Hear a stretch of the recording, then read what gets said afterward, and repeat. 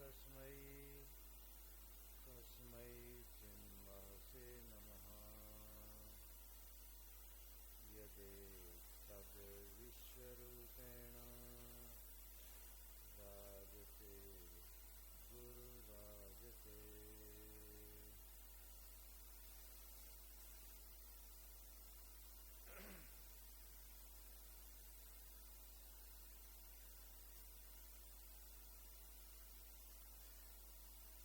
आज पुनरावृत्ति करेंगे क्योंकि प्रैक्टिकल है सब। एक बार सिंहावलोकन करेंगे, जरा पीछे मुड़ के देखेंगे कि हमने क्या समझा है, क्या सीखा है, किया है कि नहीं किया है, कितनी ज्ञान का आदर कितना किया है, कितना अनादर किया है। ये सब इस पर थोड़ा ध्यान देना।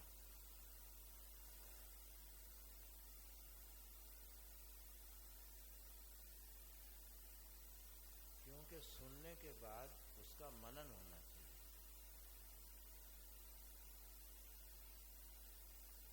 गाय खाती है, जल्दी जल्दी खा लेती है, फिर बैठ के जुगाली करती है, तब पचता है, नहीं तो पचता नहीं है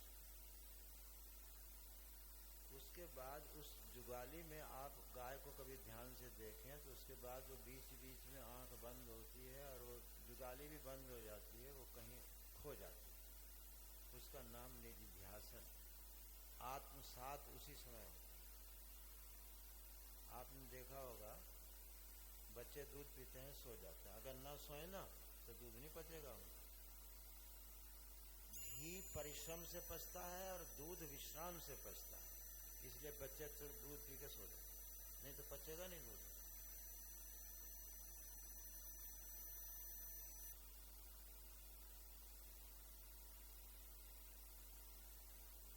तो मैंने विश्राम के लिए आपको त्राटक बताया। त्राटक क्या है? ध्यान का प्रारंभ है। किसी भी चीज का ध्यान करना उसका यही गुण है। शुरू बाहर से करो, अंदर की तरफ जाओ। परंतु सबसे आदि में संकल्प है, क्योंकि सृष्टि ईश्वर के संकल्प से हुई है। और सृष्टि में हम लोग रहते हैं तो हमें वो पहली बात को स्वीकार करना पड़ेगा, जिससे सृष्टि हुई है, परमात्मा के संकल्प से। परमात्मा ने संकल्प किया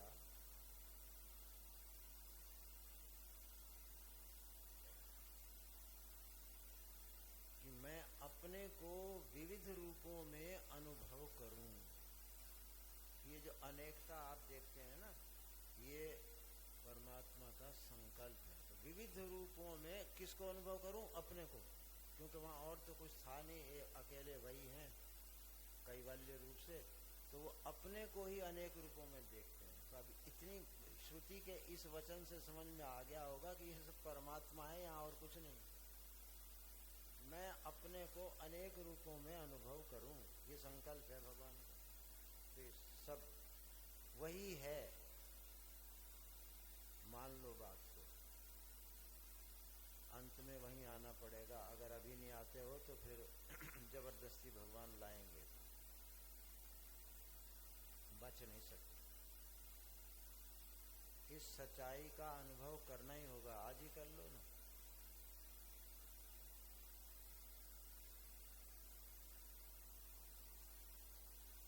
जितनी समस्याएं हैं, आप जितनी हो सकती हैं, उन सब का उपाय प्राप्त है। देखो, आपको कितने सुन करके अगर इसे स्वीकार कर लो तो आज बहुत हल्के हो जाओगे कि हमारे पास एक रास्ता है भाई। जिसके पास कोई रास्ता होता है वो निश्चिंत रहता है, जिसको कुछ रास्ता नहीं होता वही परेशान रहता है, भटकता है। अरे हमें पता है भाई ऐसा करने से ऐसा हो जाएगा, बस बात बताओ। कहीं घबराने की जरूरत नहीं है, बस प्रार्थना पर थोड़ा सा, क्योंकि आप लोगों को आदत ही नहीं डाली गई रिक्वेस्ट करने की, अकड़ने की आदत डाली गई। अरे मेरे जैसा क्या, मैं ये सब कर लूंगा, ये कर लूंगा, वो कर लूंगा। करो करो, क्या फोड़ लोगे तुम? जो करोगे अगले सेकंड में वो चेंज हो जाएगा। कर लो, क्या कर लो।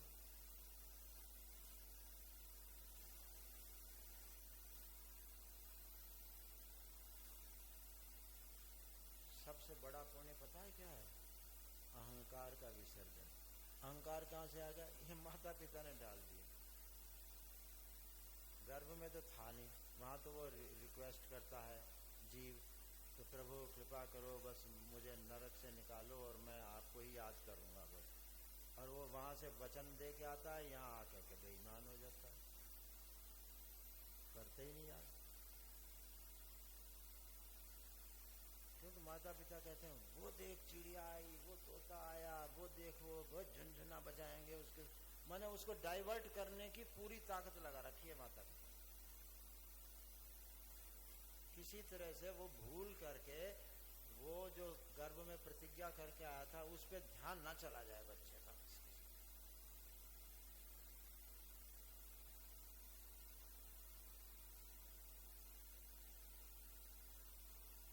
तो प्रार्थना विधि पूर्वक नहीं करोगे तो नहीं होगी, और अगर हो भी गई, किस्मत का कोई संयोग ऐसा जुड़ा, तो देर लगेगी। भावी मेटी सकें त्रिपुरारी। त्रिपुरारी समझते हो क्या होता है? ये जो भावी मैंने जो होने वाला है उसे मिटा सकते हैं त्रिपुरारी। ये जो अलग अलग शब्द दिए जाते हैं ना ईश्वर के लिए, आप लोग उस पर ध्यान नहीं देते, लोग बहुत बुद्धिमत्ता पूर्वक लगाए जाते हैं। त्रिपुरारी शब्द क्यों लगा? क्योंकि किस्मत को बदलना है, तो वहां कौन सा विशेषण भगवान का याद करना चाहिए? तो यहाँ त्रिपुरारी दिया हुआ। त्रिपुर पता है क्या होता है? जागृत स्वप्न सुषुप्ति त्रिपुर है, और जागृति है त्रिपुरारी। आध्यात्मिक समझो, आध्यात्मिक, सिर्फ कल्पनाओं में मत बहो, सपनों में मत बहो, उनका आध्यात्मिक अर्थ जो आपको जगाता है उसकी तरफ ध्यान। माने त्रिपुरारी है सुषुप्ति शेष, वो आपकी किस्मत को बदल सकता है। अगर तुमको फिर भी ना विश्वास हो तो पोस्टपोन कर सकता है, स्थगित कर सकता है। अब तो राजी हो जाओगे, नहीं मिटता चलो नहीं मिटता, पर उसको स्थगित तो कर ही सकता है। बस हुआ, अब तक तो लाखों बार हुआ।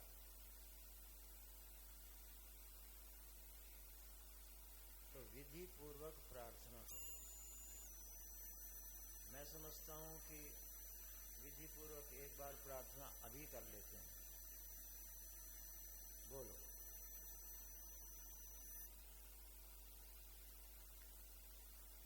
ये मैंने समझा दिया था कि प्रार्थना के 3 पार्ट होते हैं।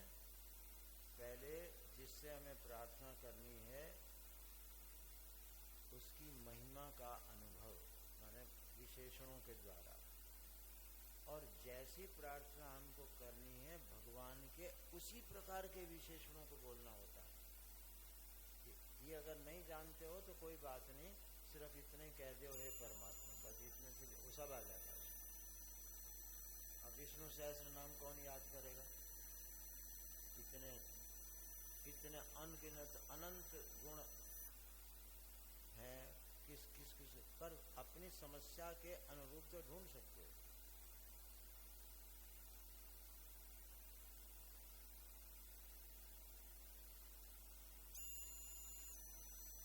परमात्मा का अर्थ होता है आत्मा का परम स्वरूप,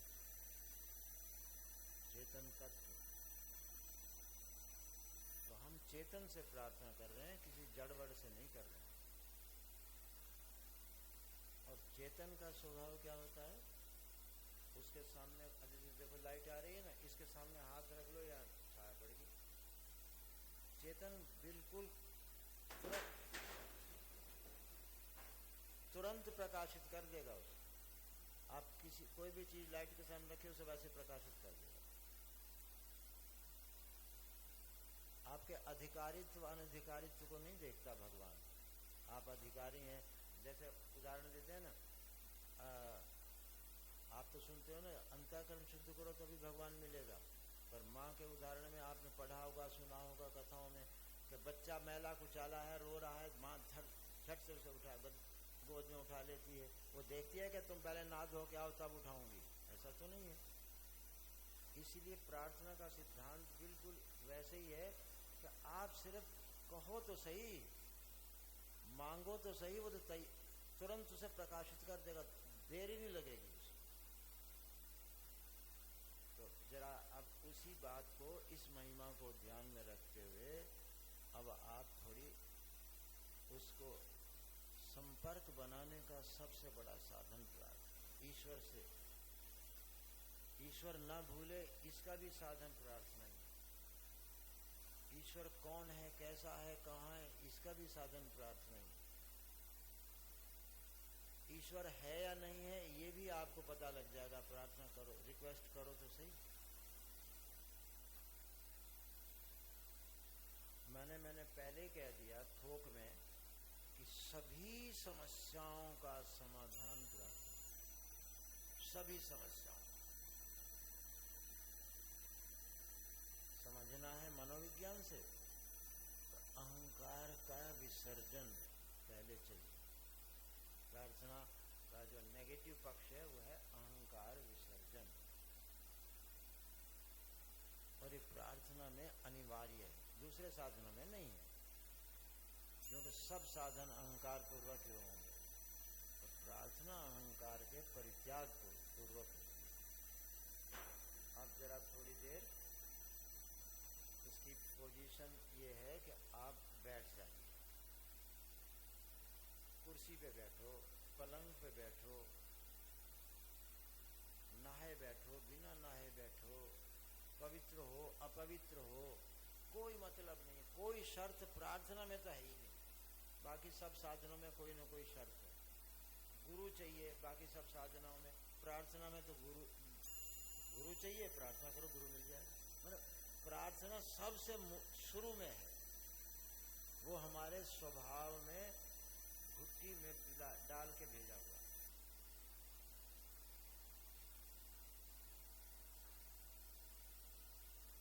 अब हमें क्या क्या चाहिए? जो जीवन का संचालक है वह बुद्धि है, अहंकार नहीं। उसका तो हमें विसर्जन करना है। यहाँ जो खामखा पैदा होता है और बुलबुलाता है, बुलबुले की तरह से होता है और फिर गायब हो जाता है और परेशान करके चला जाता है। ये अहंकार ऐसे ही होता है, बुलबुले की ना चीज है और बनता बहुत है।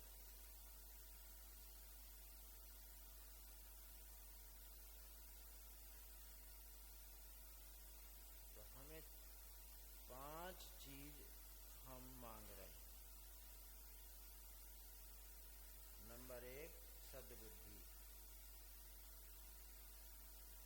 नंबर 2 सद्भाव। बुद्धि से नीचे उतरो, मन आया, मन के बाद फिर आया तन, स्वास्थ्य। बुद्धि का स्वास्थ्य है सत, सद्बुद्धि। मन का स्वास्थ्य है सत, सद्भाव। और शरीर का स्वास्थ्य है वही सु पहले लगा हुआ है स्वास्थ्य में भी, माने शरीर का स्वस्थ होना, मन का स्वस्थ होना, बुद्धि का स्वस्थ होना, ये हम मांग रहे हैं।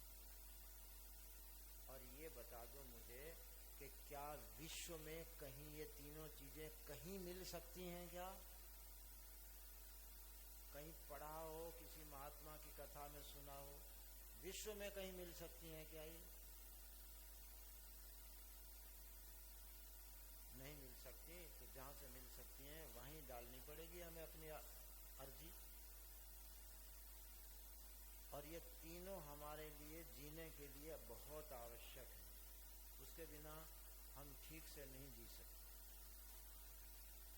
क्योंकि 150 वर्ष की जिंदगी है, वो तो ठीक से जिया जाए।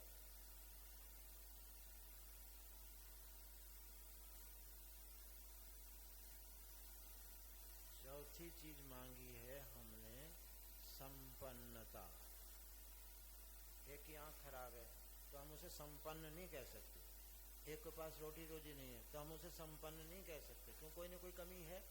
हम चाहते हैं कि जैसे आप परमात्मा पूर्ण हो, ऐसे थोड़ा हम भी तो चेतन ही हैं, आपके ही हैं, तो ऐसी पूर्णता की झलक हमें भी तो दिखा दो ना। हम क्यों वंचित हैं? और ये कहो कि कुछ जब तब करने से मिलने वाला है तो नहीं मिलने वाला, वो कृपा से मिलता है, और कृपा बिना प्रार्थना के होती नहीं।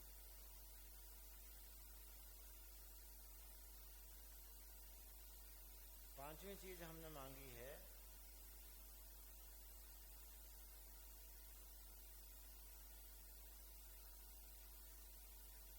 जो असली साधना है ना, असली साधना, एक शब्द एक वाक्य में, विवेक का आदर। विवेक का आदर, स्वामी शरणानंद जी बोलते थे, विवेक का आदर। जहाँ विवेक का आदर आया, सब ठीक, सब संयम वयम सब आ गए। एक ही साधन है कुल, ये भी विवेक के अंतर्गत है, ये भी प्रार्थना। हम उसका आदर कर रहे हैं, हमें प्रार्थना करनी चाहिए, ये हमारा विवेक कहता है, बस हम उसका आदर कर रहे हैं। ये पहला आदर यहीं से शुरू हो रहा। असली साधना है विवेक का आदर, फिर कुछ करने की जरूरत कहाँ है? अरे समझ में आया, सच बोलना चाहिए, आदर करो, झूठ मत बोलो। विवेक का आदर ही साधना है। अभी बाकी ये विवेक के अंतर्गत कर रहे हैं हम सब कुछ कर। 5 छठी चीज क्या मांगी है हमने कि जरा हमारे आसपास का एटमॉस्फेयर जो है वो भी ऐसा ही हो तो अच्छा है। माने भारत में, विश्व में अभी न मांगना, विश्व में हो, बड़ा संकल्प हो जाएगा, पूरा होने में देर लग जाएगी, इसीलिए हमने थोड़ा सा खंड लिया है भारत। जब हमारा ये हो जाएगा फिर विश्व का कर लेंगे। तो हमने छठा मांगा, भारत देश में शिक्षा पहले ठीक हो, क्योंकि जैसी दृष्टि वैसी सृष्टि। दृष्टि बढ़िया मिलनी चाहिए, बस शिक्षा से मिलती है वो। शिक्षा और हमारा जब प्रशासन है वो उत्तम होना चाहिए। सुपरलेटिव डिग्री का प्रयोग किया गया है, उत्तम। और दूसरी हमारे डायरेक्ट पड़ती है न्यायपालिका, ये दो ही गवर्न करते हैं देश को, तो सभी जगह। ये हमने छठी बात मांगी। अब इनके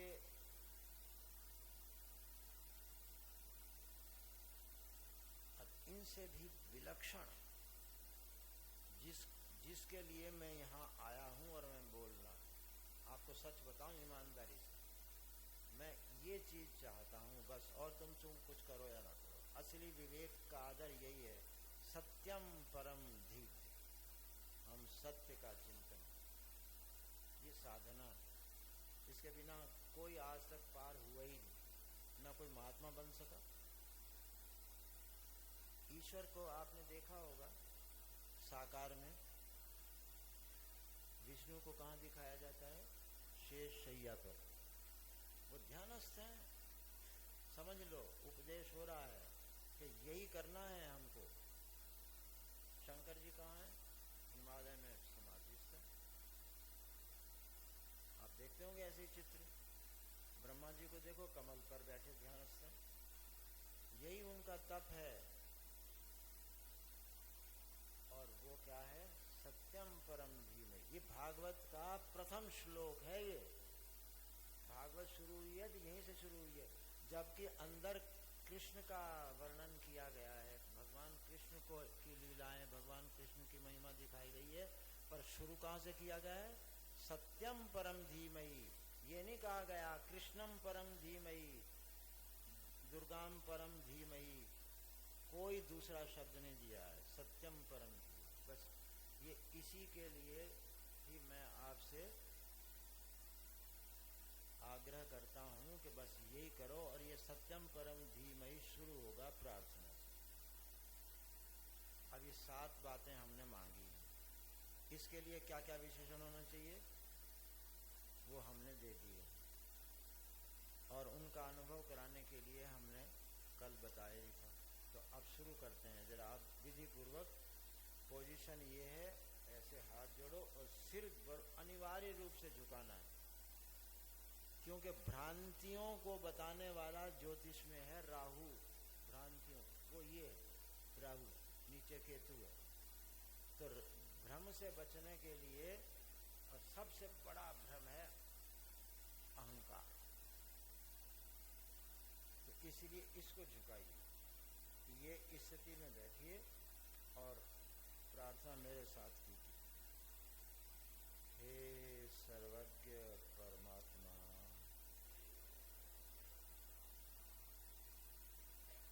सब में तुम ही हो,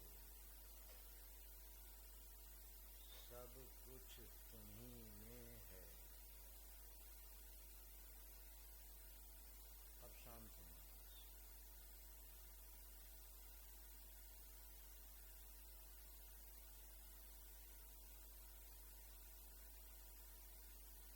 तुम ही तुम हो, तुम ही परमानंद हो।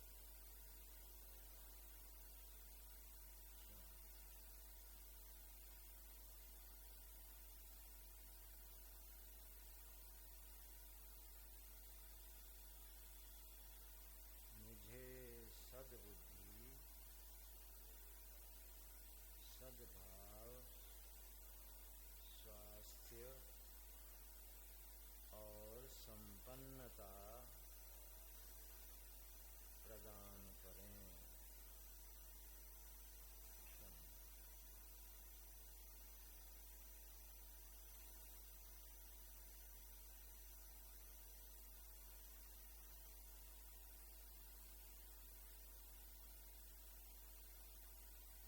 तुम्ही सर्वशक्तिमान हो, आकाशवत अविलुप्त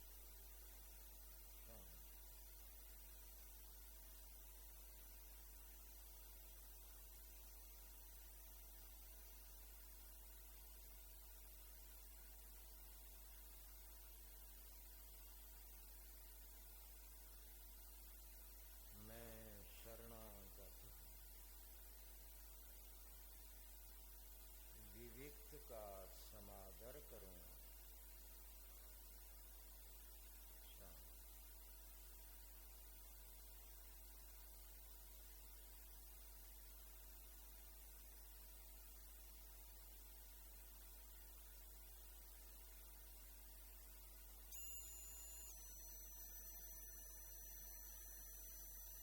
भारत देश में अध्यात्मोन्मुखी शिक्षा, उत्तम प्रशासन तथा श्रेष्ठ न्यायपालिका की संप्रतिष्ठा हो।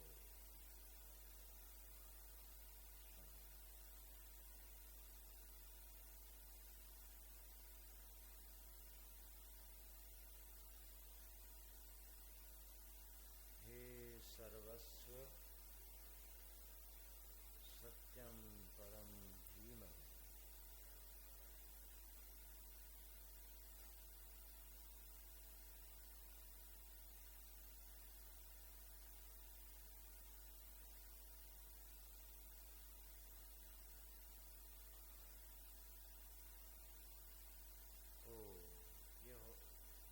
ये इस प्रकार से आप गंगा किनारे बैठे हैं, आप अपना स्वीकार करें, निश्चय करें कि हम प्रार्थना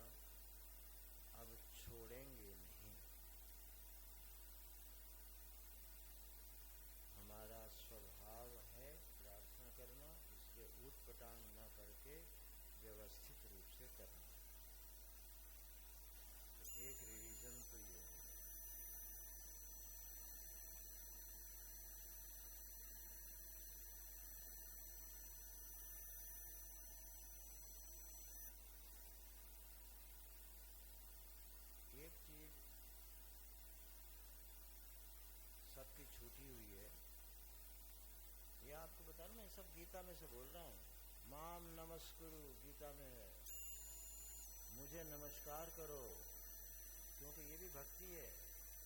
क्यों है भक्ति? अहंकार का विसर्जन है इसलिए। नमस्ते में अहंकार ढीला होता है ना,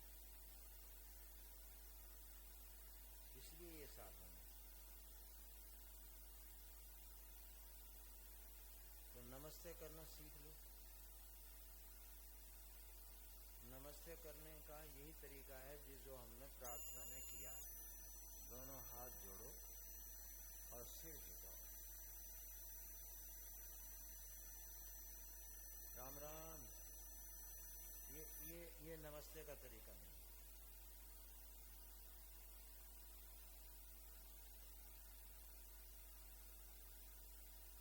दूर से ऐसे सिर्फ से ऐसे कर दिया, ये भी तरीका हमारा भारतीय तरीका नहीं, ये सब इधर उधर की नकल है।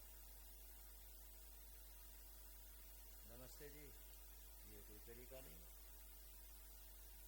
हमारा जो भारतीय तरीका है, जिसको हमारी गीता नमस्कुरु कहती है कि नमस्कार करना एक भक्ति है, उसको सीखो और वो अपने बच्चों को सिखाओ और स्वयं करो ऐसे, और फिर उसका प्रभाव देखो। प्रभाव देखना भी जरूरी है, उसके बिना श्रद्धा नहीं टिकती। इसको सकाम नहीं कहते, इसको उसकी महिमा कहते हैं कि जब हम नमस्ते कर रहे हैं तो नमस्ते की महिमा क्या है उसको भी अनुभव करो ना। इसमें एक, जैसे मैं प्रार्थना को स्वभाव बता रहा हूँ, ऐसे ही ये नमस्ते में एक चमत्कार है जो विश्व में अद्भुत है। सिर्फ नमस्ते से परमात्मा साक्षात्कार हो सकता है।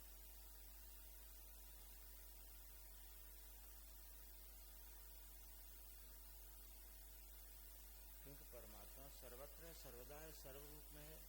परमात्मा माने आनंद, जिसको हम खोज रहे हैं, जिसके लिए प्रत्येक चेष्टा, जीवन की प्रत्येक चेष्टा आनंद को ही ढूंढ रही है। आपको आप देख लो इसको भी साक्षात्कार करके। जीवन की प्रत्येक चेष्टा, अगर मैं हाथ ऐसे भी उठा रहा हूँ तो मैं मुझे अच्छा लग रहा होगा तभी उठा रहा हूँ।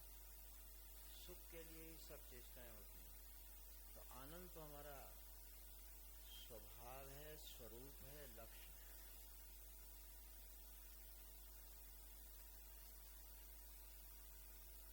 तो अब आप इसका साक्षात्कार हमारे सामने करिए।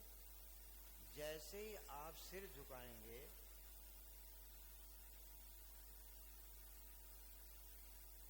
और सिर झुकाते ही माने अहंकार जैसे ही गायब होगा, परमात्मा प्रकट होगा। परमात्मा का स्वरूप जो है वो है, चार वाक्यों में बता है सीधा। वो निर्गुण निराकार है, निर्गुण साकार है, सगुण निराकार है और सगुण साकार है। ये चार बातों से आप परमात्मा का पूर्ण स्वरूप आ।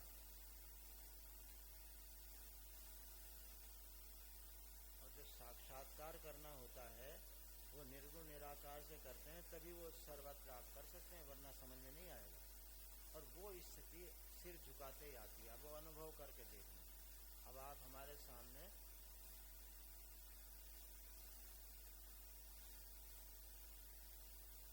सिर झुकाओ और बताओ कि क्या अनुभव हुआ। सिर झुकाते ही एक अनुभव होगा तुम्हें सबको, चाहे आस्तिक हो चाहे नास्तिक हो।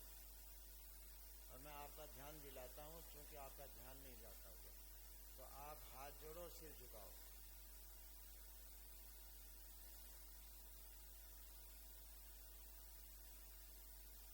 अब बताओ, निर्गुण निराकार स्थिति आई क्या नहीं आई?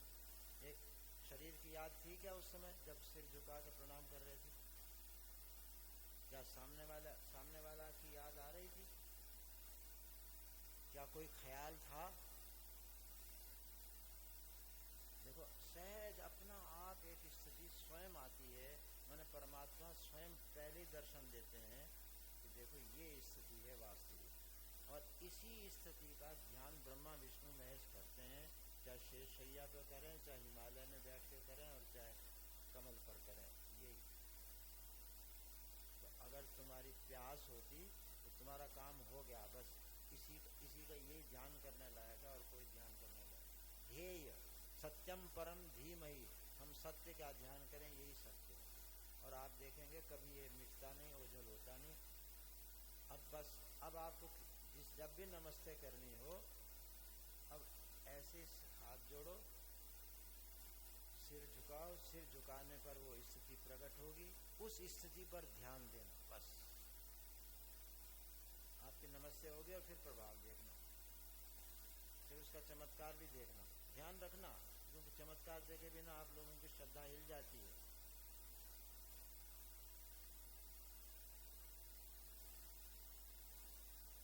करके देख लिया होगा। चलो नमस्ते हो गई।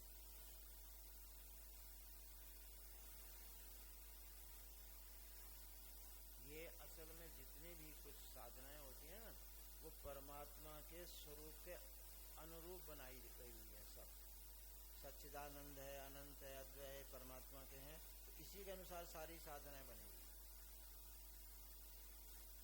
अब वो आनंद स्वरूप है, तो 5 मिनट तुम लोग बैठ के रोज आनंद का ध्यान करो। आनंद का ध्यान करने की विधि क्या है? बस आप भगवान का चित्र सामने रखो, जैसा मैंने त्राटक में बताया है, और उसको मुस्कुराते हुए देखो। बस 5 मिनट मुस्कुराने का अभ्यास करो। सारी टेंशन वेंशन, क्योंकि पोज बदल गया, नर्वस सिस्टम बदल गया, अब सब ठीक हो जाएगा। ये आनंद की पूजा है, आनंद की। भगवान का जो सच्चिदानंद स्वरूप है, उसमें आनंद की पूजा है कि आप मुस्कुराओ। हंसना नहीं, हंसना तो विक्षेप है, हंसना रजोगुण है। आपने कभी रामायण सुनी हो तो वहां राम की एक विशेषता बताई जाती है रामायण में। राम पूरी जिंदगी हंसे नहीं है, मुस्कुराते ही हैं। कभी वाल्मीकि रामायण में कहीं नहीं आया है कि भगवान वहां हंसे थे, उनको हंसी आ गई, ऐसा नहीं सुना होगा। वो मुस्कुराते थे, बस इससे आगे नहीं। बैलेंस बना रहता है। मुस्कुराहट तो एक तरह का क्षोभ है।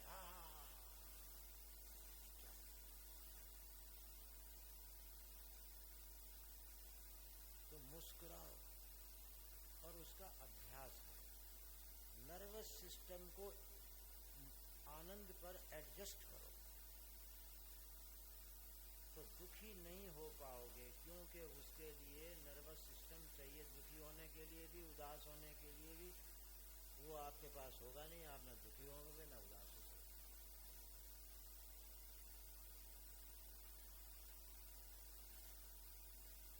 ये मैं सुनाने के लिए आपको नहीं बता रहा हूं, ये करने के लिए बता रहा हूं, जीने के लिए बता रहा हूं। तो 5 मिनट रोज, कभी भी 24 घंटे में 5 मिनट रोज मुस्कुराने का अभ्यास।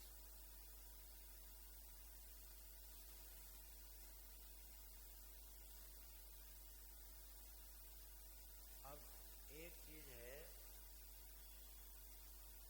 जो सबको परेशान करती है, जिनके हाथ की रेखाएं काली और गहरी हैं, उनके लिए तो वो प्राय स्वस्थ ही रहते हैं। जिनकी ज्यादा कटी फटी हो, जीवन शरीर विषमता में हो, तो उसके लिए मैंने एक उपाय बताया था परसों कि आप बस इतना ही रखिए शरीर विज्ञान के लिए कि वैश्वानर भगवान जो है उसको अस्त मत होने। वैश्वानर को भौतिक भाषा में भूख कहते, भूख बनी रहने दो। मैंने वैश्वानर का दर्शन होना चाहिए, ऐसा नहीं कि अब कुछ नहीं, भूख खत्म होगी। भूख खत्म होगी मैंने रोग आने शुरू हो गए। भूख लगी रहे, अब खाओ, इसकी खाने की मना नहीं है, भूख बचनी चाहिए। ये आप अपने उसकी अपने अर्थ मत लगाना। भाई कम खाने को कह रहे हैं, कम खाने को नहीं कह रहा हूँ, भूख नहीं है तो कम खाना भी जहर है। मैंने हमें वैश्वानर की उपस्थिति रखनी है तो वो शरीर के लिए कवच का काम कर दे। फिर भी थोड़ा सा भौतिक, क्योंकि भौतिकता भी परमात्मा का ही रूप है, फिर भी मैं आपको एक दो चुटकुले सुना देता हूँ।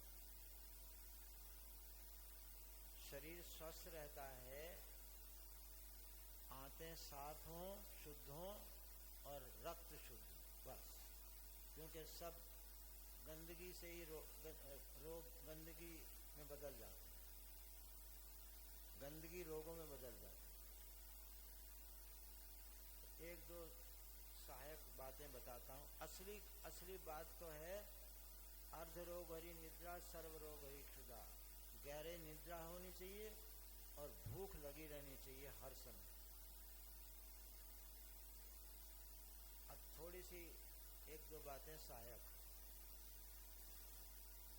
आंतें साफ होनी चाहिए और रक्त शुद्ध होना चाहिए। उसके लिए वो कैसे करोगे? अव्वल तो ये भूख थोड़े दिनों में अपना आप इसी स्थिति को ला देगी, पर तब तक के लिए बता रहा हूँ।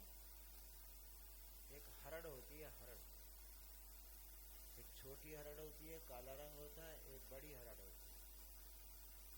बड़ी हरड़ ले लो, उसकी गुठली निकाल दो तो ऊपर के छिलके के कई टुकड़े होंगे। खाना खाने के बाद एक टुकड़ा मुंह में डाल दो और उसे खाना मत, चबाना मत, चूसते रहो। वो एक दो घंटा लगेगा उसमें चूसने, बस वो दो काम कर देगी, खून भी साफ कर देगी और आंतें भी साफ कर देगी। मलों को शोधन कर देगी, रक्त के मलों को भी और आंतों के मलों। ये मैं सहायक एक चीज बता रहा हूँ, क्योंकि मैंने जब आयुर्वेद पढ़ा तो त्रिफले पर आयुर्वेद चुप होने लगा कि बस इसके आगे और कुछ नहीं।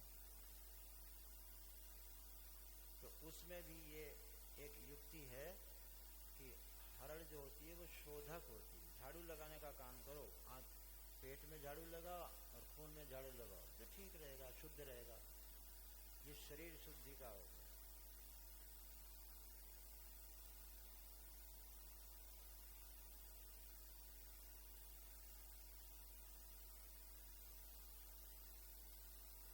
अगर भूखे न रहा जाए तो एक युक्ति उसमें भी बता सकते हैं। देखो, अगर रोटी खाओगे तो आप भूखे नहीं रह पाओगे। देखो, इतना आटा लो, पानी डालो, इतना हो जाएगा।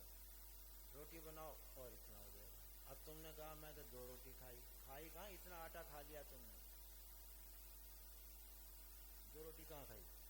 अब देखो दूसरी तरफ, देखो एक मनोवैज्ञानिक युक्ति। इतने से दाल चावल दलिया लो, वो पक के इतना होगा। अब तुमको लगेगा मैंने इतना खाया तो तुमने इतना ही। ये युक्तियां हैं, इसको कहते हैं विवेक से प्राप्त। तो शुरुआत करो खिचड़ी से। खिचड़ी भी कैसी? जिसमें दाल हो, एक दाल नहीं, क्योंकि स्वाद भी तो बहुत खतरनाक चिपटा पड़ा है। बिना स्वाद के कौन खाएगा खिचड़ी? तो 2 दाल कम से कम डालो। चने की दाल डालो, मूंग की दाल डालो, चावल है, थोड़ा सा दलिया डालो, 2-4 सब्जियां डालो।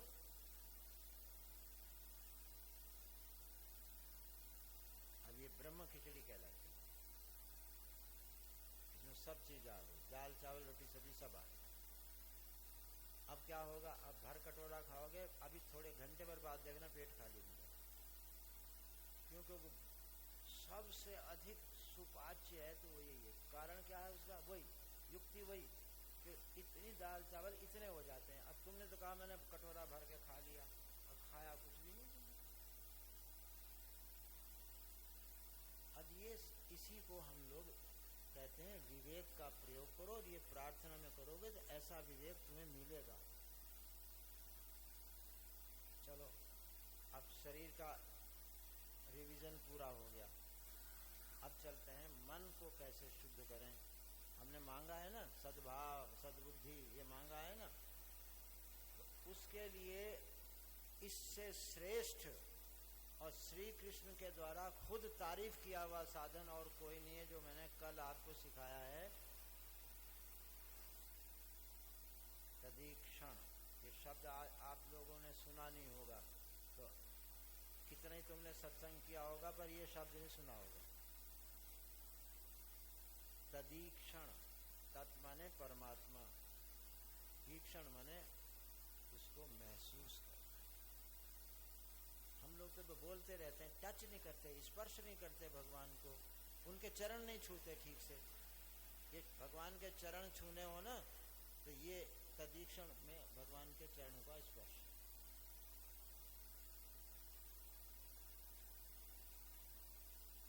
अद्भुत साधन है। मैं तो इसी के लिए कल आपसे रिक्वेस्ट भी की थी, मैंने इस भाषा का प्रयोग किया था कि मेरी प्रार्थना है कि आप ये करें, क्योंकि इससे अद्भुत साधन अभी और कोई। परमात्मा की प्राप्ति का अद्भुत साधन जो अगर कोई है तो ये भागवत के एकादश स्कंध में श्री कृष्ण जी का बताया हुआ साधन। प्रार्थना से शुरू करो और तदीक्षण पर उसको पूरा करो। जिससे न पटती हो, रोग होते हों, सब पे तदीक्षण का प्रयोग। और इसको अपने आदत में डाल लो। सवेरे जब नींद से उठो, नींद असल में मृत्यु है, सवेरे उठना माने अगला जन्म है, रोज नया जन्म होता है। पिछला गया, अब नया जन्म हुआ, अब चलो आज का दिन। इसलिए शुरुआत कहाँ से होनी चाहिए? प्रार्थना से। नया जन्म प्रार्थना से। तो सवेरे उठ करके नमस्कुरु वाली भक्ति करो। सबसे पहले ईश्वर का स्मरण करो, उसके बाद परिवार में जितने भी हैं सदस्य उनका स्मरण, उनको प्रणाम करो। इस विधि से, जो मैंने विधि बताई, इस विधि से सबको नमस्ते। छोटा बड़ा नहीं होता इसमें, भगवान छोटे बड़े नहीं होते, भगवान को प्रणाम किया जाता है। बच्चों को प्रणाम, कई कहते हैं ना बच्चों को क्यों प्रणाम करें, तुम नहीं करोगे तो वो भी नहीं करेंगे।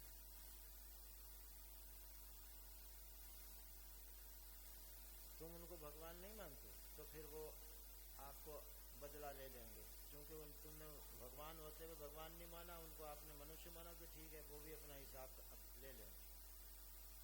जिसको ठीक करना हो, जिससे दुश्मनी हो, जो तुमसे द्वेष करता हो, जो तुम्हारा जिसमें राग हो, जैसे किसी का मोबाइल देखने में बड़ा राग है तो क्या करोगे? मोबाइल में तदीक्षण करो, छूट जाएगी मोबाइल की आदत। क्योंकि हम इसको मजे की चीज समझते हैं, इसको भगवान है तो ये भगवान, तो भगवान मानो और अपना आवरण हटा दे। ये आवरण है, माया है, माया है, तभी तो मन इसमें फंसता है। 4-4 घंटे 8-8 घंटे लोग मोबाइल में लगे रहते हैं और देखो ध्यान ही नहीं हटता उनका वहां से। जैसे सिगरेट पीने वालों को सिगरेट की तलब लगती है ना, शराब वालों को शराब की तलब लगती है, ऐसे मोबाइल की एक तलब और लगने लगती है। अब सबको मोबाइल देखने की तलब लगती है, वो छोड़ते ही नहीं, बोतल पे बोतल पीते रहते हैं।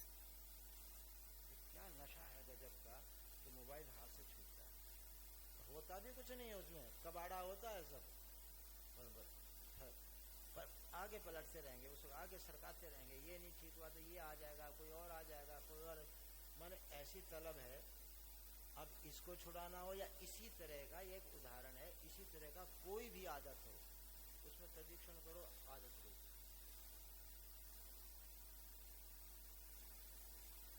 और भजन का ऐसा उत्तम प्रयोग और कोई नहीं। श्री श्री कृष्ण के द्वारा प्रशंसा की। कल सुनाया था 11वें स्कंद के 28वें अध्याय में ये श्लोक है। जब उद्धव ने पूछा, महाराज आपने 30-40 साधन तो बताए हैं, अब हमारी चॉइस है कि हम कौन सा करें, पर आपकी क्या चॉइस है वो तो बताओ, आप किसको अच्छा मानते हो हमारे लिए। तब ये श्लोक बोले हैं वो, एवं ही सर्वकल्पानां सद्री चीनों का अर्थ है सबसे अच्छी पसंद मेरी ये है, मेरी पसंद ये है, कि भगवान की पसंद है।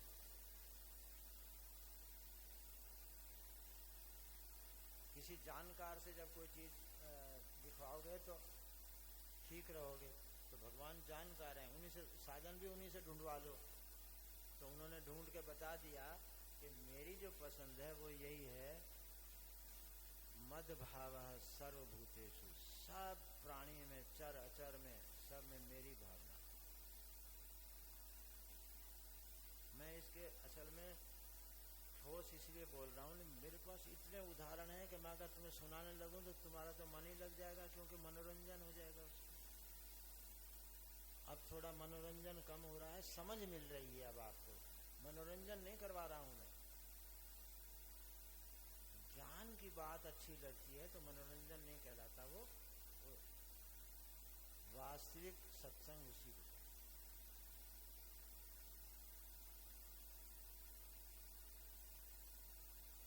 ये साधन मैंने बताया, उसकी तैयारी करनी पड़ती है थोड़ी सी, और वो है त्राटक। त्राटक भी इतना अद्भुत साधन है कि मैं देखो सब सारे योग शास्त्र में से और सारे साधन शास्त्र में से छांट के लाया हूं। त्राटक का अर्थ है बाहर ध्यान करना, कंसंट्रेशन, एकाग्रता यहीं से शुरू करो, तब जाके वो अंदर हो पाएगी, नहीं तो नहीं होगा। और ये जो आदतें हैं, जिसकी राग द्वेष की जो आदतें हैं, वो त्राटक से टूट जाती हैं। और जिस आप बच्चे को ज्यादा मोबाइल देखता हो तो उसे जरा त्राटक करवा दो ना 5 मिनट, फिर तो देखना वो उसकी अरुचि हो जाएगी मोबाइल देखने। ये जो सेटिंग है नसों का यहाँ आज्ञा चक्र में, ये बिगड़ जाता है, इसीलिए वो संयम नहीं कर पाते। संयम में असमर्थता महसूस होती है कि हो नहीं पा रहा। जब ऐसी असमर्थता, मजबूरी दिखाई दे तो आप त्राटक करो खुद। अगर तुम्हें भी हो ये बीमारी तो त्राटक करो, और आगे परमात्मा की प्राप्ति का साधन मिल रहा है, सर्वत्र भगवत दर्शन। अब इससे बड़ी साधना और क्या हो सकती है? यह सर्वत्र भगवत दर्शन, वासुदेव सर्वम।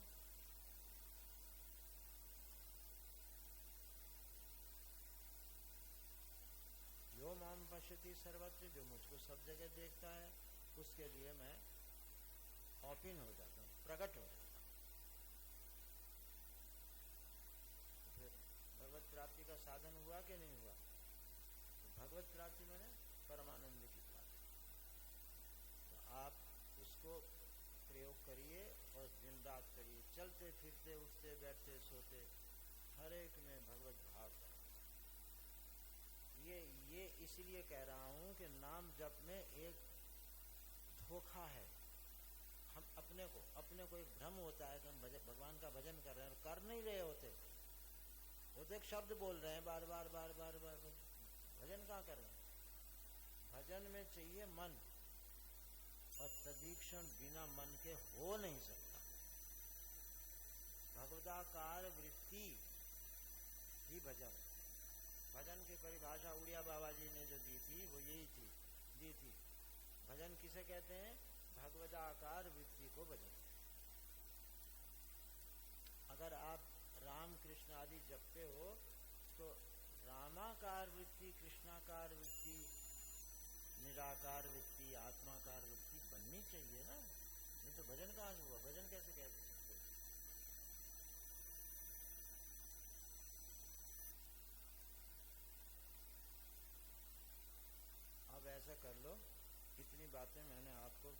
बताई हैं।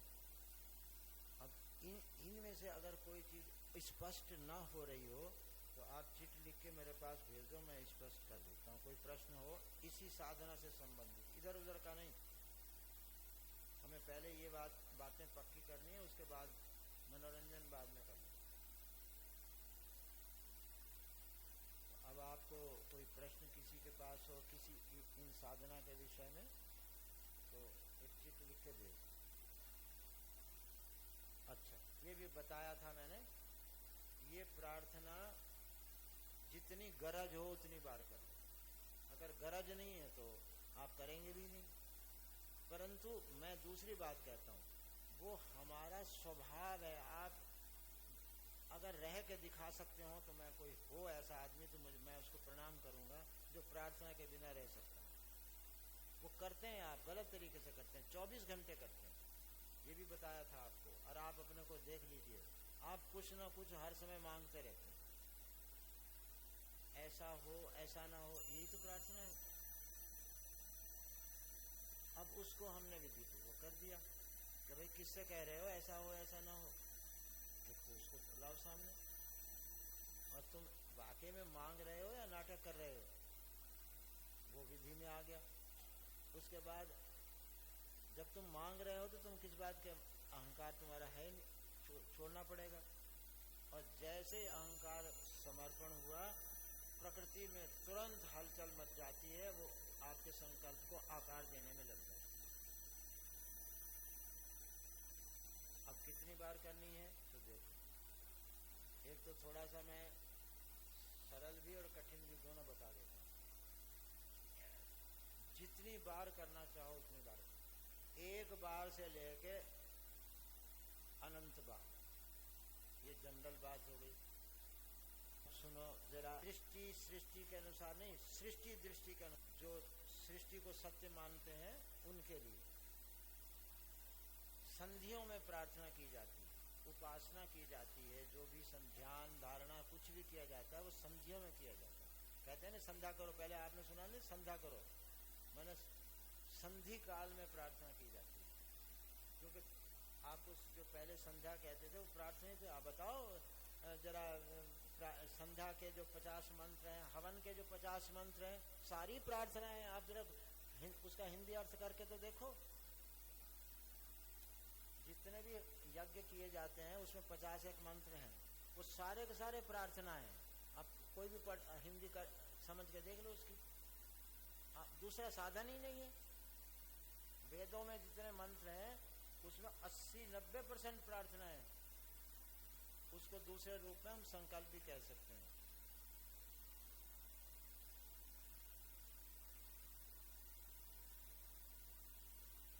तो अब उसके अनुसार देखो क्या है, जो कुछ नियम बनाना चाहें।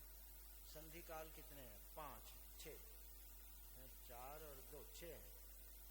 एक तो जीवन की संधियां हैं 2। रात्रि में जब जागृत अवस्था जा रही हो और निद्रा अवस्था आ रही हो, वो संधि होगी। अभी नींद तो आई नहीं है, पर अब हम लोग बिस्तर पर अब सोने जा रहे हैं, वो समय है प्रार्थना। इससे उल्टा है सवेरे, जब निद्रा अवस्था जा रही हो और जागृत अवस्था आ रही हो, वो संधि है, उस समय करो। तीसरा है प्रकृति के संधियां, सूर्य निकला ना हो और तारे छिप गए हों, ये सुबह होता है, तारे छिप गए हों, सूरज निकला ना हो, वो संधि है। उसी समय संध्या करने का आदेश है। ऐसा ठीक शाम को होता है, जब सूरज छिप गया हो और तारे निकले ना हो, वो संधि है। और 2 संधियां होती हैं, जब AM से PM बदलता है, माने 11:30 से 12:30 का टाइम जो है वो संधि का है। जब सूर्य जो है अब ढलना शुरू होता है, तब तक बढ़ता है, उसके बाद ढलता है। मोटा मोटा AM से जब PM बदलता है, वो संधि है काल की, उस समय प्रार्थना करो। ऐसी रात को आता है 11:30 से 12:30, जब PM से AM बदलता है, 6 बार हो गया। हमारे अनुभव की बात पूछते हो तो कम से कम 9 बार प्रार्थना रोज करते। हमने जो अब तक कराया है, किया है, उसके अनुसार 9 बार तो करनी ही चाहिए। अब ज्यादा अगर मान लो कोई परेशानी है, ज्यादा करो, 108 बार तक कर सकते, एक माला बस। नहीं नहीं, एक बार में हो नहीं पाएगा, भाव नहीं बनेगा। आपको मन का भी तो ध्यान रखना चाहिए कि वो बड़ी जल्दी उगता है, एक चीज रिपीटिशन में वो उगता है, ये मनोविज्ञान है। इसीलिए एक बार में 108 करोगे। अगर कर सकते हो तो बहादुर हो, मैं तारीफ करूंगा, क्योंकि इतनी देर मन को रोकना बड़ा मुश्किल है। पर अगर कर सकते हो तो बहुत सुंदर, और फिर चमत्कार भी देख लेना, तुरंत चमत्कार भी दिखाई देगा, उसका प्रभाव आपको तुरंत दिखाई देगा। 108 बार तक कर सकते। और प्रश्न करो। त्राटक जब तक भगवान की याद आने न लगे, बिना त्राटक।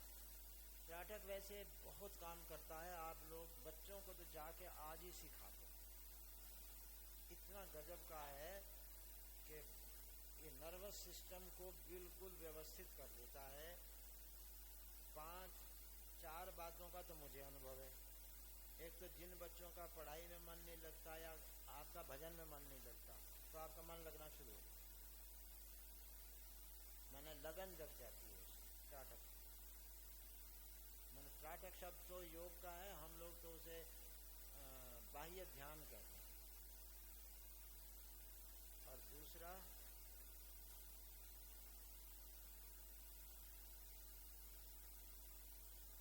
स्मृति, जो लगभग लुप्त हो चुकी है, कागज पेंसिल शुरू हो गए हैं बहुत समय से। चाणक्य के समय में बस 2 बार श्लोक सुनाया और याद किया, बस।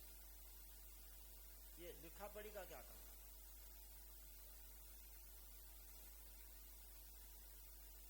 ऐसे ही बच्चों को याद कराओ, आप बोलो और उसको याद हो जाए। बैठ के उसे रटो, वो बेचारा बार बार दोहराता रहता है, याद नहीं हो रहा है, उसका ध्यान इधर उधर बढ़ता है, फिर मारते हो उसको, हिंसा करते हो घर में। तो ये सब मत करो, उसे त्राटक सिखाओ, तो याददाश्त बढ़ जाएगी। चाहे आप करो, आपकी बढ़ जाएगी, वो करेगा, वो कोई भी करेगा। दूसरी मेधा शक्ति बढ़ जाती है। मेधा शक्ति का अर्थ है जो याद किया है वो थोड़ा ठहरेगा, एकदम भूल नहीं जाएगा। तो बच्चों को तो सारा दिन रटाफिकेशन होता है, बार बार भूल जाते हैं, फिर रटो फिर रटो। इसे इतना पढ़ने की कहाँ जरूरत है? बहुत जरा मरा सा तो है कोर्स, तो एक बार में करने से हो जाता है। त्राटक की तो बताया था कल, तो सारा उसी को बताया था। और अब फिर आ जाओ, फिर मैं सिखा देता हूँ। अगर तुम कल नहीं आए थे तो मैं सिखा देता हूँ। अभी मैं 5 बजे तक यहाँ हूँ, जिसको कोई अपने में शंका हो कि मैं ठीक नहीं कर रहा हूँ, आके चेक करा दो। और दूसरा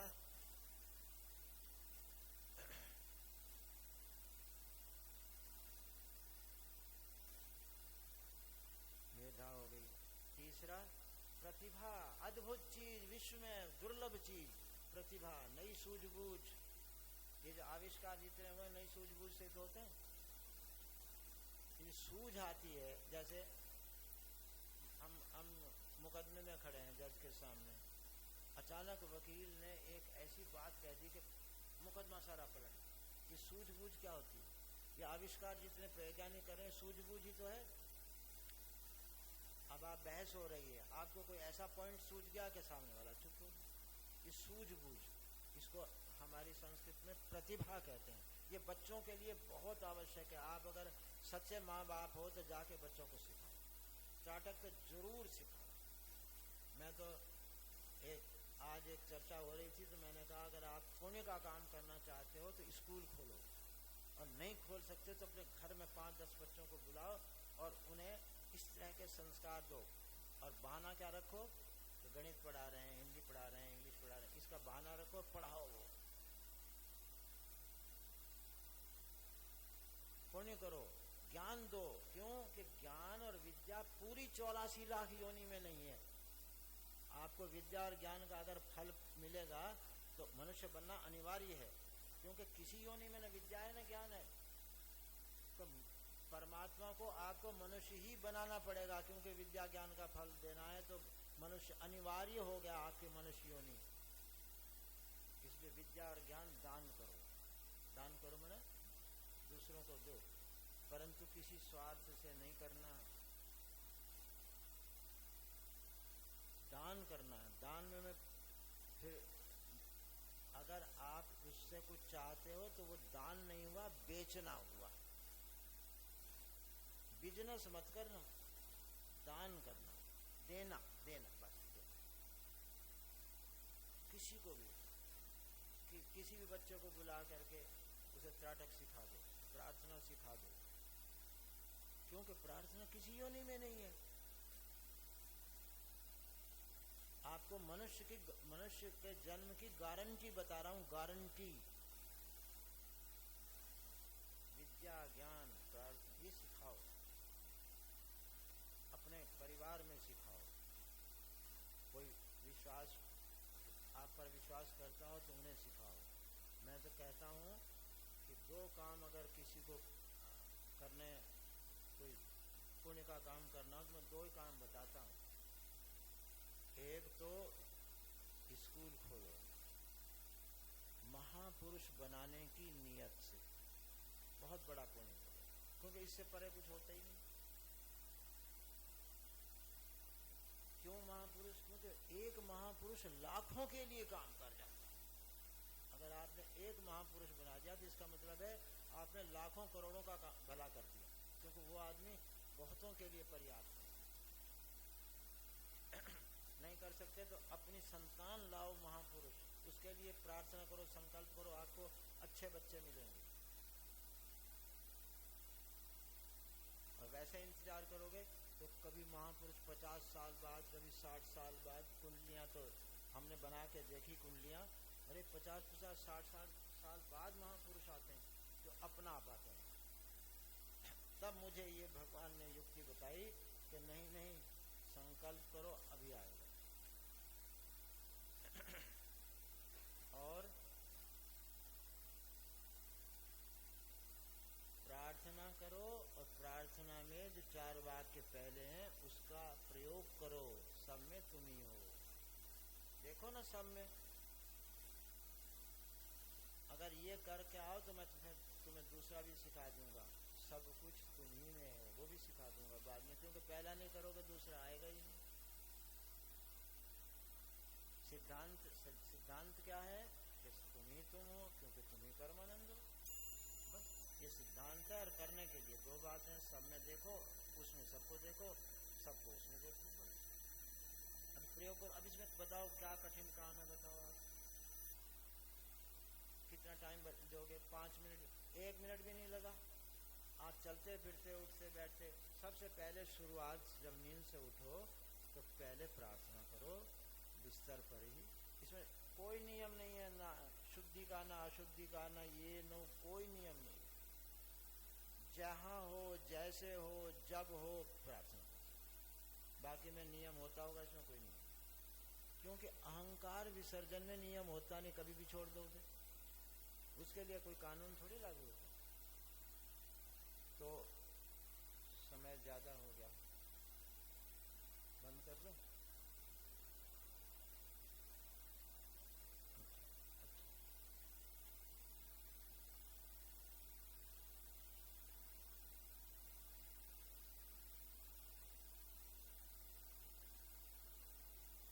हाँ वो बताता हूँ।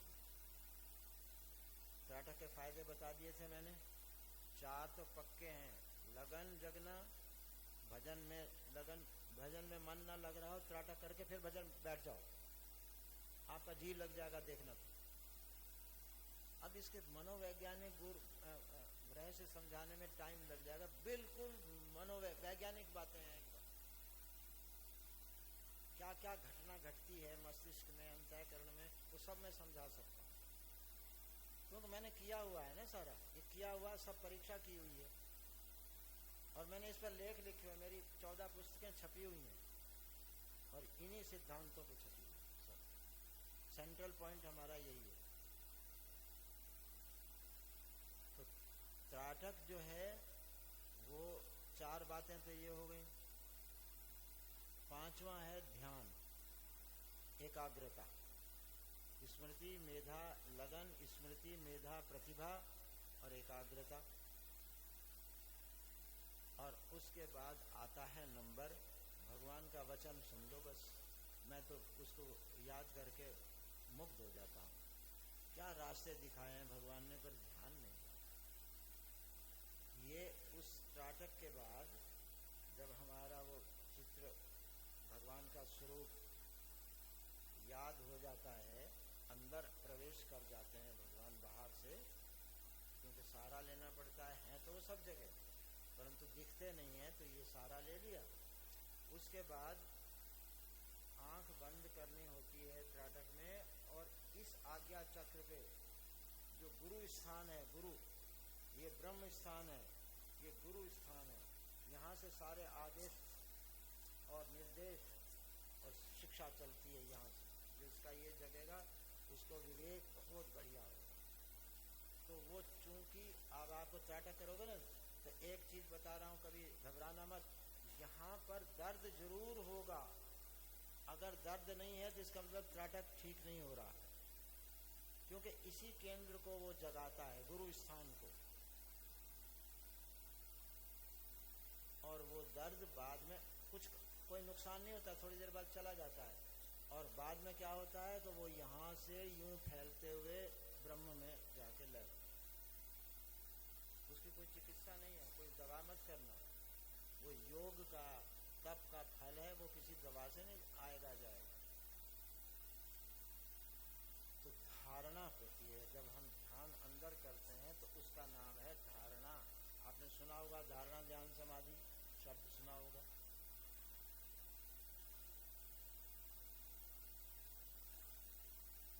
तो धारणा, जब इधर ध्यान करने लगोगे उसी छवि का, तो धारणा शुरू हो जाएगी। अब धारणा का फल भगवान कृष्ण बता रहे हैं, ऐसी कौन सी सिद्धि, ऐसी कौन सी सफलता है जो मेरी धारणा से न हो सके। नेगेटिव वाक्य प्रयोग कर दिया भगवान ने, ऐसी कोई सफलता नहीं है जो मेरी धारणा करने से न हो सके। बस यही गुर मैंने प्रार्थना में लगाया हुआ है। वहाँ जो हम शांत होते हैं वो धारणा का क्षण होते हैं, उसी में प्रार्थना साकार होती है। आपने तन का बहुत प्रयोग किया है, मैं मन का प्रयोग करवा रहा हूँ कि जरा मन को भी उसमें लगाओ, और आपको जबरदस्ती लगेगा इसमें, आप न चाहेंगे तो भी लगेगा। त्राटक तब तक करना है जब तक यहाँ भगवान की छवि आने लगे और 2-5 सेकंड ठहरने लगे, बस ज्यादा नहीं ठहरेगी, ठहरेगी बिल्कुल नहीं।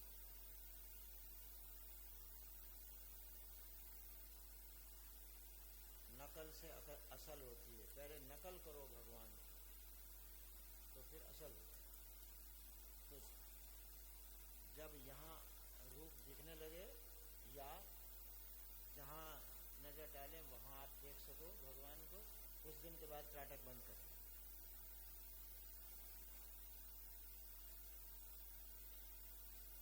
अब भौतिक उपायों के लिए भी त्राटक है और आध्यात्मिक उपायों के लिए भी त्राटक है, बड़ा कमाल का। मैं आपको सचमुच बताऊं, मुझे एक सर्टिफिकेट मिला हुआ है, मैं सार पकड़ता हूँ शास्त्रों, ये सार सुना रहा हूँ। अब आपको अब कर लो, सारे शास्त्र पढ़ लो, वेद पढ़ो, आओगे इसी निष्कर्षों पे जो मैं आपको बता रहा हूँ।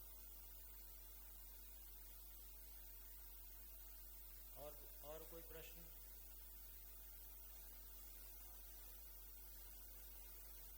आपने ध्यान नहीं दिया। ये जो मैं प्रतीक्षण बताया है, इसमें मन का विकार ढूंढ के दिखा दो ना हमें। आप अपने जो विकार है, कोई सा विकार उठा लो, काम क्रोध लोभ मोह मद अहंकार भय राग द्वेष, कुछ नहीं, जैसे ही आपके मन में वो उदय हो आप तुरंत उसमें प्रशिक्षण कर लो ना। अगर फिर वो रह जाए तो मेरी गारंटी नहीं जी। वो क्षणिक होते हैं, ये जो विकार होते हैं वो क्षणिक होते हैं। विनोबा भावे ये कहते हैं गीता की टीका में कि आप किसी भी वृत्ति का प्रथम क्षण गायब कर दो, आप मुक्त हो। वो प्रथम क्षण चूंकि आप नहीं हटा पाते हो तो वो हावी होता है। तो प्रथम क्षण आप हटा दीजिए किसी भी इच्छा का। अब वो गई, क्योंकि तब तक विवेक जागृत हो जाता है और उसे संभाल लो। इसलिए प्रथम क्षण में हम क्या कर रहे हैं, भगवत भाव कर रहे हैं, वो आएगा ही नहीं, एकदम गया और गया फिर। और अगर आपने 5-7 बार उसका तिरस्कार कर दिया ना उस विकार का, तो फिर आपको याद ही नहीं आएगा। याद करना चाहोगे तब भी नहीं कर करो, प्रैक्टिकल करो। जो मैं कह रहा हूँ ये मैं प्रैक्टिकल वर्षों से, मैं 90 से लगा हूँ इसको सिखाने में, सन 90 से। अब देख लो आप कितना साल हो गए, कितना अनुभव है मुझे। अब आप करो और आप अनुभवी बन जाओ। जो मैं बोल रहा हूँ वो फिर आपकी हो गई चीज। अभी तो मेरे से उधार ले रहे हो आप, फिर वो आपकी हो गई। आप प्रयोग करो ना, किसी विकार पर प्रयोग करो। मैंने तो आपको यहाँ तक भी कहा है कि आप विकार नहीं, ये शरीर के रोगों पर करके देख लो ना, प्रशिक्षण करो। अपने सिर के दर्द में, पेट के दर्द में, कोई और समस्या जिसकी हो, किसी का हाथ खराब हो, किसी का पैर खराब हो, किसी को कुछ और समस्या हो, जरा करो ना प्रशिक्षण उसमें 108 बार, और फिर बताना क्या हुआ। मैं बताऊंगा तो तुम्हारी साइकोलॉजिकली आ जाएगा कि भाई ऐसा होता है, तो होता है तो वैसा दिखने लगता है, तो साइकोलॉजी गलत तुम खुद बताओगे कि क्या हुआ। मैंने आपको पूर्ण विद्या बता दी है, आपने समझी ना हो तो पूछ लो, सीख लो, और कुछ नहीं। मैंने पूरे शास्त्रों का आपको सार बता दिया है कि इतना ही कुल है, बस।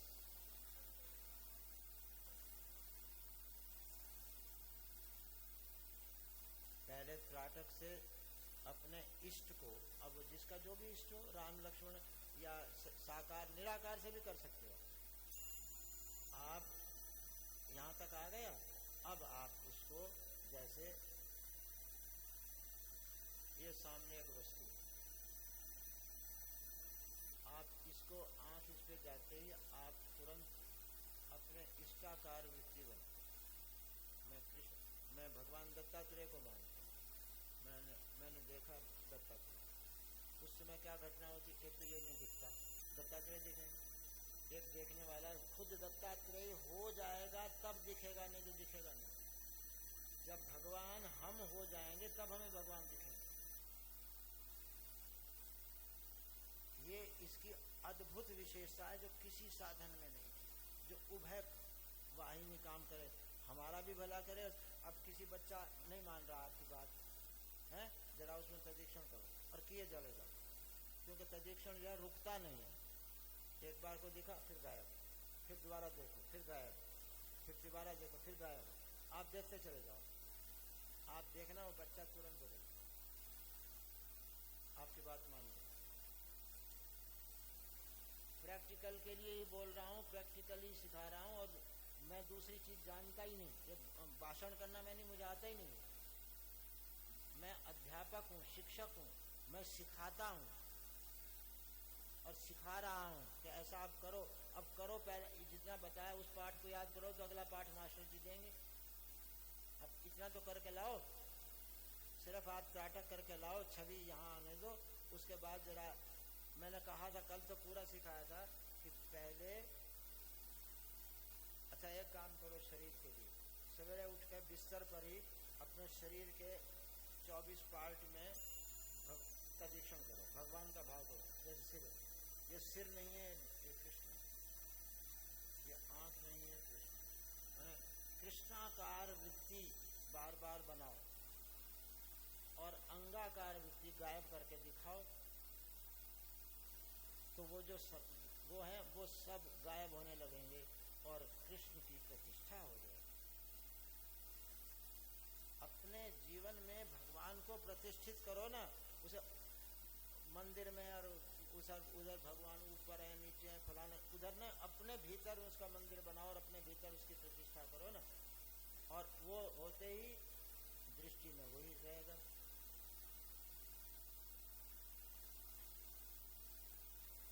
मैंने आपके लिए तदीक्षण एक मैंने पुस्तक छोटी सी लिखी है, वो मैंने मंगवा दी है, वो आपको शाम को मिल जाएगी। उसकी स्टडी करना, एक बार में नहीं पढ़ना, उसको बार बार पढ़ना, और अगर फिर भी समझ में ना आवे तो पढ़ने का तरीका सुनाता हूँ। उस पुस्तक को, छोटी सी पुस्तक है, उसको भगवान को पहले निवेदन करो और ये कहो कि इसका रहस्य हमें समझा दो। भगवान ही गुरु है और कोई नहीं है गुरु, असली गुरु तो वही है, भीतर तो वही बताएगा। आत्मैव गुरु, एकादश स्कंद। ये तो बाहर जो गुरु होते हैं ना, ये प्रतिनिधि है, असली गुरु तो वही है। अब सूत्र सुनना है योग दर्शन का, सुनो। क्लेश कर्म विपाका शरीर अपरामृष्ट पुरुष विशेष ईश्वर। ईश्वर कौन है, इसकी परिभाषा पहले से। पूर्वेशाम अपि गुरु, जितने अब तक गुरु हैं उनका भी वो गुरु है। तो वो आत्मा के रूप में है, पर आपको उधर कोई दिखाता नहीं, बाहर बाहर दिखाते हैं सब। तो वो जो बाहर हमारे गुरु हैं वो प्रतिनिधि गुरु हैं, है तो गुरु वो, पर उस असली गुरु के प्रतिनिधि।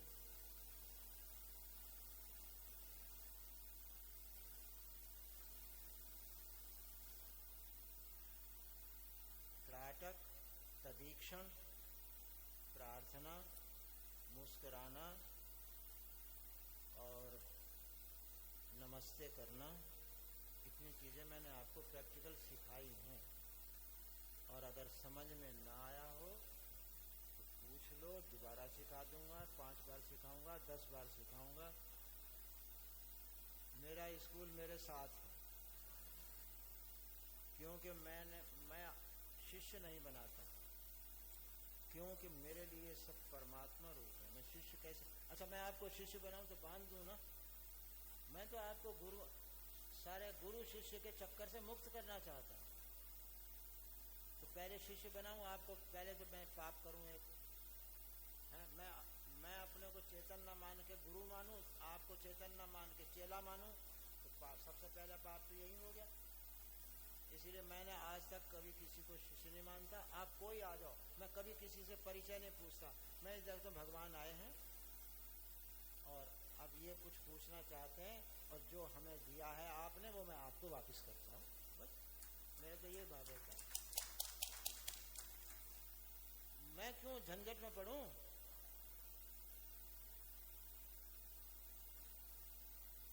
अब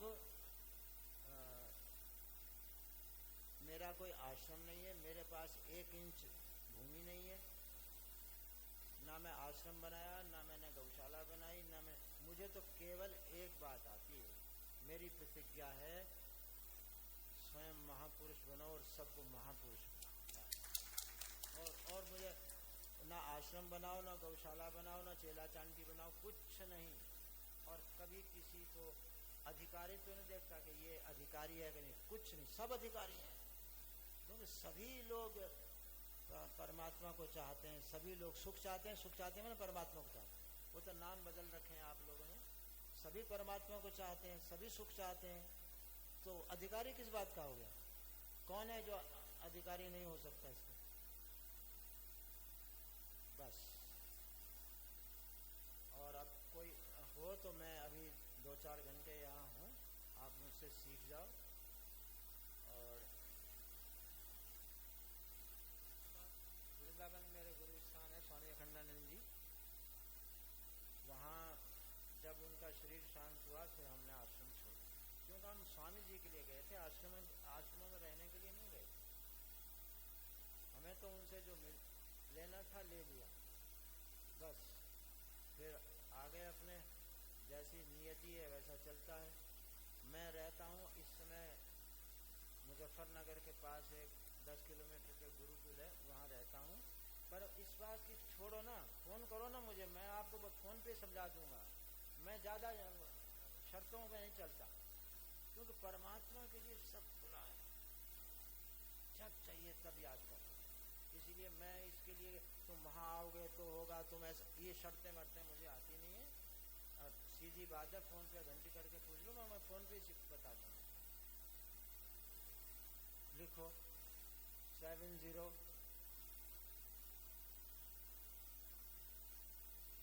7015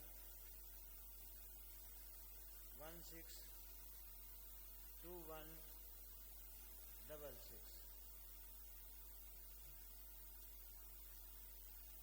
कोई परिचय देने की जरूरत नहीं है, तुम कौन हो क्या हो, इससे हमारा कोई मतलब ही नहीं है। मुझे कोई व्यक्तिगत परिचय थोड़ी करना है किसी से, ना कुछ लेना है ना कुछ देना है, तो क्या परिचय करें। तो सीधी सीधी बात है, आप, मेरा रोम रोम चाहता है कि आप जो हो अपने को पहचान लो और जो सत्य है उसका अनुभव कर लो, बस। इसीलिए मुझे किसी शर्तों की जरूरत नहीं है, किसी कानून लगाने की जरूरत नहीं है, ना मैं किसी से कुछ लेता हूँ ना मैं किसी को कुछ देता हूँ। मेरे पास एक विद्या है, वो मैं दे, वो मुझे परमात्मा ने दी है, आप परमात्मा रूपों को वह मैं दे दूँ, बस सीधी बात है।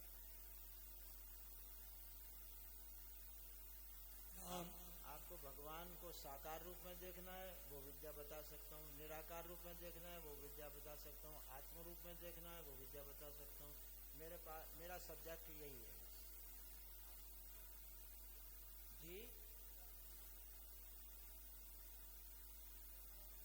ऐसा है, गीता पर 1-1.5 टीकाएं हैं, तो मैं बहुत परेशान था कि किसकी बात मानूं। तो एक सुदर्शन सिंह चक्र हुए हैं, कल्याण में कहानी लेखक थे, उनके कमरे में मैं रहा वृंदावन में। तो मैंने देखा कि वो न तो भजन करते हैं, न जप करते हैं, न साधन करते हैं, न प्रार्थना करते हैं, कुछ करते ही नहीं। बस सवेरे नहा करके वो एक अध्याय गीता का और एक अध्याय भागवत का, वो श्री कृष्ण, ये जो एक बहुत सुंदर सा चित्र गीता प्रेस की ओर से छपा हुआ है ना, वो श्री गोपाल का ऐसा कुछ है ना, वो चित्र चक्र जी ने, आपके गीता प्रेस गोरखपुर का जो पेंटर था, जो सारे चित्र बनाता था, उससे अपने सामने बैठ के बनवाया हुआ, और वही उनकी पूजा में रहता था। वो श्री कृष्ण को अपना छोटा भाई मानते थे, कभी हमने उनको हाथ जोड़ते हुए नहीं देखा, वो ऐसे करते आशीर्वाद देते।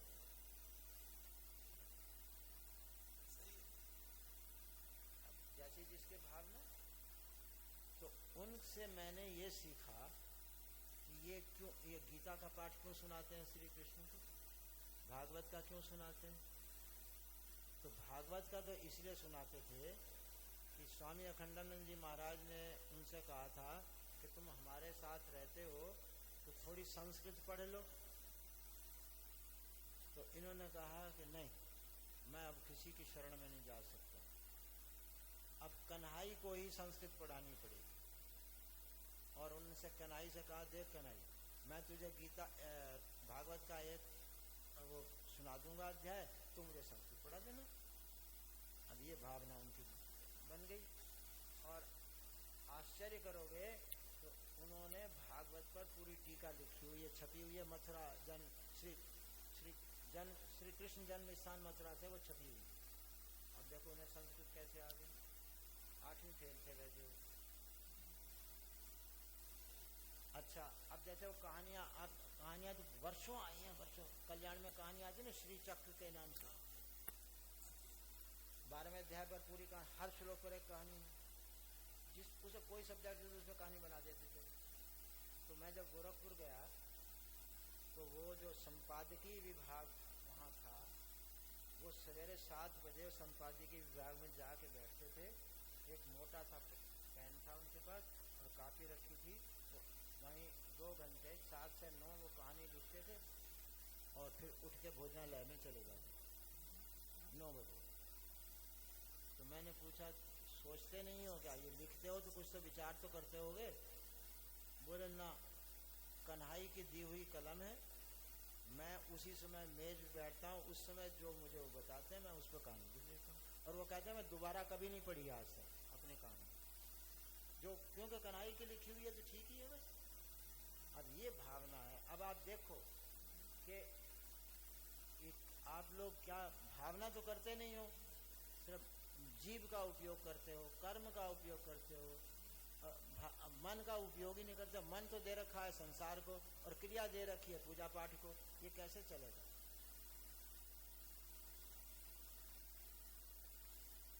तो बस इतने ही है।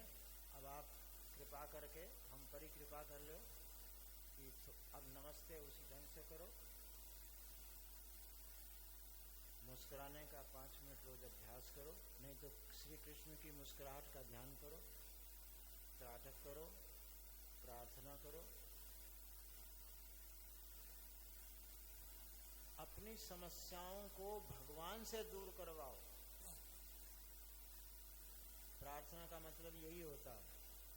और ये जो 7 वाक्यों की प्रार्थना मैंने अभी कराई है, अगर इसके अतिरिक्त कोई लौकिक परेशानी तुम्हें है, कोई भी लौकिक किसी भी प्रकार की, सभी प्रकार, उसका वाक्य एक और ऐड कर लो और करना शुरू, वो आपका हल हो जाएगा। ये तो परमानेंट है, क्योंकि बुद्धि कब नहीं चाहिए, सद्भाव कब नहीं चाहिए। अब जो टेम्परेरी तात्कालिक समस्याएं हैं उसका वाक्य ऐड करो और प्रार्थना चालू, विधि यही रहेगी। और अगर मान लो आप ये तो नियम से करते ही हो, कोई विशेष समस्या आ गई है उसे जल्दी हल कर, तो उसी वाक्य की ही प्रार्थना करो, पर इसी विधि से करो, बार बार उसी को करते हो, 108 बार उसी प्रार्थना को करो जो आपकी नई समस्या है। इतना रास्ता हो गया। और राम राम। महाराज जी को प्रणाम। महाराज जी ने हमें सार बातें, हमारे साधन संबंधी उपयोगी बातें बहुत विशेषता से बताई है। महाराज जी की प्रार्थना के विषय में एक नई खोज है जो महाराज जी ने हमें 3-4 दिन से लगातार ये हमें बता रहे हैं। ऐसे महाराज जी का इस 86 वर्ष की उम्र में और हमें यहाँ पे सत्संग का कार्यक्रम दिया, इसके लिए हम महाराज जी का बहुत आभार व्यक्त करते हैं। और महाराज जी ने वासुदेव सर्वम नमस्कार, जो भागवत धर्म का सार बताया कि भागवत में सबको भगवत भाव से सबको प्रणाम करना, ये महाराज जी के ऐसे कितनी बातें हमें थोड़े से समय में और बहुत सारी बातें महाराज जी हमें दी है। आज महाराज जी के सत्संग का विश्राम का है और महाराज जी से हम प्रार्थना करते हैं कि आगे भी हमें इस प्रकार से सत्संग का सुअवसर प्रदान करें। राम। आगे कल से महामंडलेश्वर श्री अनंत देव जी महाराज का 10 से 11 बजे का कार्यक्रम रहेगा। आप सभी समय से पहले आकर समय को स्थान ग्रहण करें।